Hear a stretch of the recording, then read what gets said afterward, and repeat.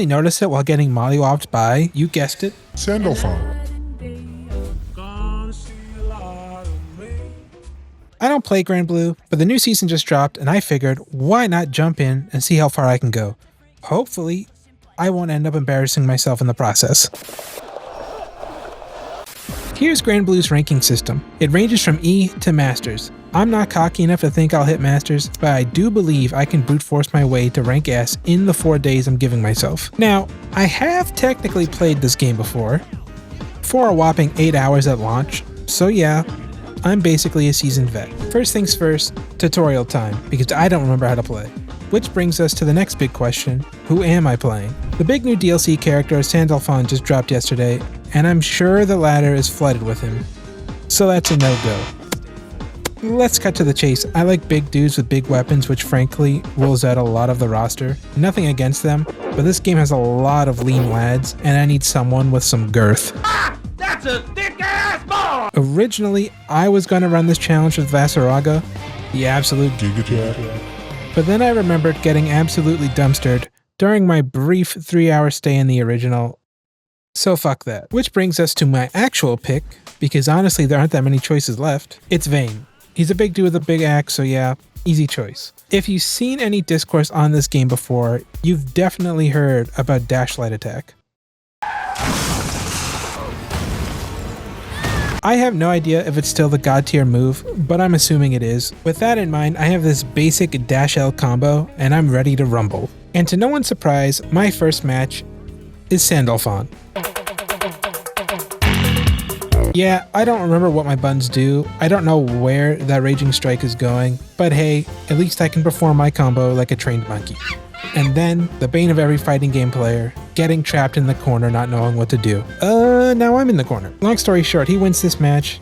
I then remember my buttons and win the next 2 matches. Granblue allows up to a best of 3 when it comes to ranked rematching, so while you can one and done, we don't do that here.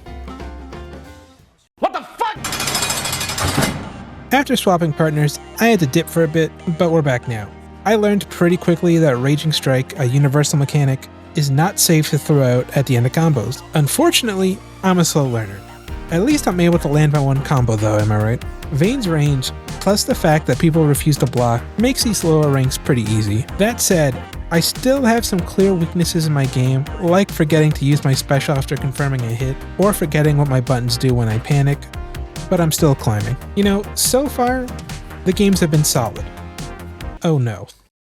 Given the option, I will always rematch. I hate when people one and done in fighting games. However, there are some exceptions, and this is one of them. This is barely playable, but surely this is just a one-off, right? So yeah, I got tossed into the leg blender. Generally, the game has been running well for me. These leg games, at least in my experience, were the exceptions, not the norm.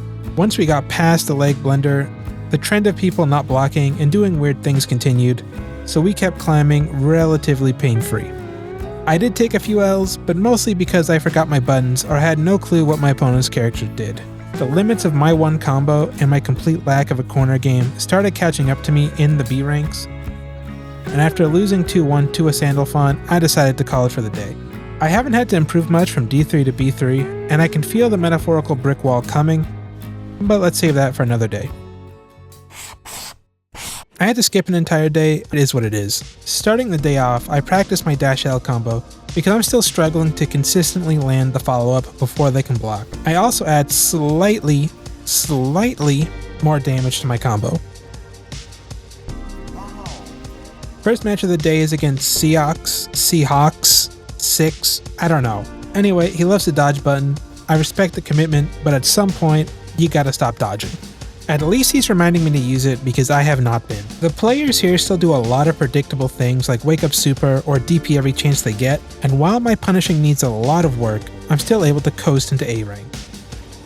That's a lot of damage! Yeah, I don't know what to do. This is the first overwhelmingly better player I've faced. Remember when I said I always rematch, with a few exceptions? Given the option, I will always rematch. However, there are some exceptions. This would normally be one of those exceptions. Playing against better players can help you learn, but when you're playing against someone so much better, you can't even interact, it's kind of pointless. I rematch anyway, hoping to learn something. Problem is, I don't even get the chance to learn, I just get crushed instantly. 2 quick L's later, I'm back in the waiting room. Usually I would feel down, but because he's either ranking up an alt character or at the very least has way more hours, it doesn't feel as bad.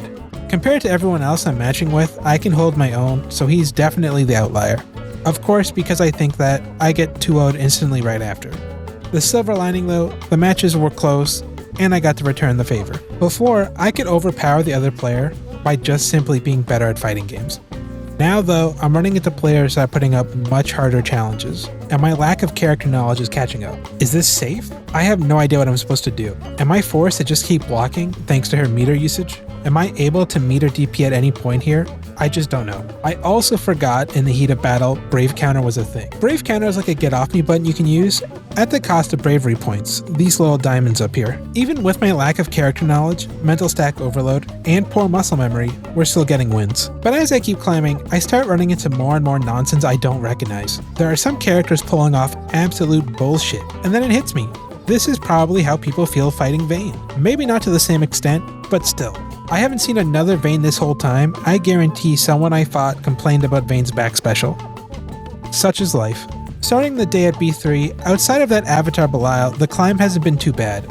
Even when I lose 2-0, I think I could have played better and not, this was unwinnable. Because I was so locked in, I almost missed it. Even after this loss, I was pretty close to S rank. The goal was in sight, but I was tired. I wanted to log off. But you know that certain mindset you get when you're too deep in the hole? Even after losing 10 games in a row, you can't log off on a loss? So I kept going. And boy oh boy, did Granblue matchmaking see this. They decided to have a giggle. I got matched against the same person, not once, not twice, not 3 times, but 4 times in a row. 10 matches total, final score 5-5. You know what's funny? After match 3, I demoted to A2. But by the end of this 10 match gauntlet, I was S. I wanted to requeue so fast, I didn't even see the promotion. I'd love to say I pushed onwards to S plus or S plus plus because I'm a god gamer, but unfortunately the brick wall was upon me. I still got some more games in, and honestly, this was the most fun I had the entire time, but my climb ended here. To reach S rank, it took me 93 games with a 61% win rate. With a roster of 35, I only ended up seeing 16, with 9 of those being 3 games and under. Sandalphon, being the brand new DLC character, was my most played against with 23 games, followed by Beatrix with 20 and Catalina with 9. This climb was definitely made easier by the timing of the DLC drop. While Steam charts don't tell the whole story, especially with crossplay, they do give some insight. Pre-DLC, the February peak was 751, post-DLC, the peak ballooned to 2800. Matchmaking was filled with new players and returning players who just wanted to try the new character, and my matches reflected that. Some people enjoy stomping noobs or bad players, but that's not interesting to me. The game didn't really start getting fun until around A rank, and it got even better at S. Going off the games I played after the challenge was over, which means the stats weren't recorded here, I do think I can reach S plus and beyond with some more work. And after watching the DLC trailer that dropped with Sandalphon, if Willness seems cool, I will be rerunning this challenge. If you haven't played Granblue, I think you should give it a shot. The game is easy to get into with simple specials and combos, while still having enough depth to make it enjoyable. As for me, I enjoyed Granblue. Like I said, if Willness is cool, I'll be running this challenge back. I'll also be trying to hit Masters on Vayne before that though. That said, when Tekken 8's new season drops, I'll be doing a 1-week challenge to see how far I can climb. I love Tekken, but I've only played it casually with my siblings and friends, and I haven't given Tekken 8 a proper try yet. So this should be a struggle. Be on the lookout for that video later. Until then, thanks for watching, and I'll see you in the next one.